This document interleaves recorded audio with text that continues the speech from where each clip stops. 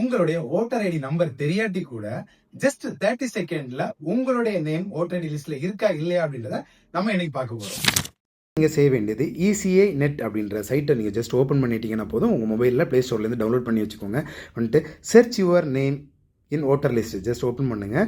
உங்களுடைய ECI number தெரியலைனாலும் பரவாயில்ல, ஜஸ்ட் உங்களுடைய mobile number first status select பண்ணிக்கோங்க.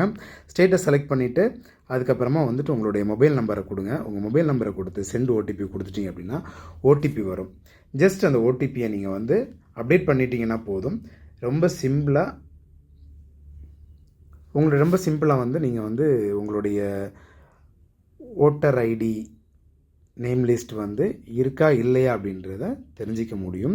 இதை விட ஒரு சிம்பிள் ஸ்டெப் வந்து யாருமே உங்களுக்கு சொல்லி கொடுத்துருக்க மாட்டாங்க. 30 செகண்ட்ஸில் உங்களுடைய பேர் ஓட்டர் ஐடியில் இருக்குது அப்படின்றத நீங்கள் கன்ஃபார்ம் பண்ணிக்கோங்க.